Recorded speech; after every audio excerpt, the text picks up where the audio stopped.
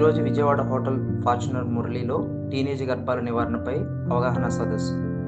ఈ సదస్సులో పాల్గొన్న women and child welfare, health, education, police and integrated tribal welfare డిపార్ట్మెంట్లు ఈ అంశంపై టీనేజీ గర్భధారణను 5% తగ్గించడం లక్ష్యంగా పనిచేస్తున్నామని అన్నారు.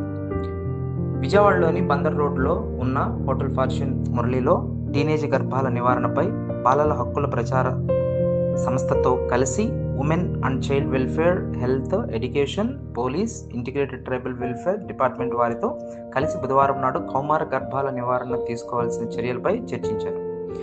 ఈ చర్చల అనంతరం మహిళా కమిషన్ చైర్పర్సన్ రాయపాటి శైలజ మాట్లాడుతూ, కేవలం ఒకే శాఖపై ఆధారపడకుండా అన్ని శాఖలు సమన్వయం చేసుకుని పనిచేయడం వలన మాత్రమే ఈ సమస్యలను బలంగా, వేగంగా పరిష్కరించవచ్చని అన్నారు. బాల్య వివాహాలు, టీనేజ్ గర్భధారణలను అరికట్టేందుకు కేవలం పిల్లలకే కాకుండా వారి తల్లిదండ్రులకు కూడా అవగాహన కల్పించడం చాలా అవసరమన్నారు. ఈ డిజిటల్ ప్రపంచంలో వృత్తి విద్యా కోర్సుల ద్వారా యువతకు నైపుణ్యాభివృద్ధిని, స్కిల్ డెవలప్మెంట్ కల్పించడం దృష్టి పెట్టాలని మరియు తద్వారా వారు ఉపాధి పొందేలా చూడాలని కూడా అన్నారు. గ్రామ, మండల స్థాయి కమిటీలు ఏర్పాటు చేసి కమిటీలలో సర్పంచులను, స్థానిక నాయకుల భాగస్వామ్యం చేసి వారికి బాధ్యతలను అప్పగించాలని అన్నారు. టీనేజీ ప్రెగ్నెన్సీ, ఎస్పెషల్గా చైల్డ్ మ్యారేజ్ల వల్ల కలిగే అనర్థాలను వివరిస్తూ హెల్త్ మాడ్యూల్స్ ద్వారా అవగాహన కల్పించాలని అన్నారు. ఈ సమస్యల్లో చర్చించిన అన్ని అంశాలను ఒకే నివేదికగా రిపోర్టింగ్ తయారు చేసి పాల్గొన్న వారందరికీ పంపిణీ చేయమన్నారు.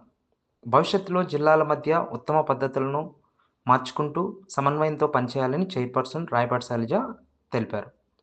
అనంతరం మీడియా ప్రతినిధులతో చైర్పర్సన్ రాయపాటి శైలజ మాట్లాడుతూ, రాష్ట్రంలో పెరుగుతున్న టీనేజ్ గర్భధారణలను అరికట్టడానికి వైద్య, విద్య, ఆరోగ్య, పోలీసు, మహిళా అండ్ శిశు సంక్షేమం, గిరిజన సంక్షేమ శాఖల అధికారులతో సమన్వయం సమావేశం నిర్వహించడం జరిగిందన్నారు.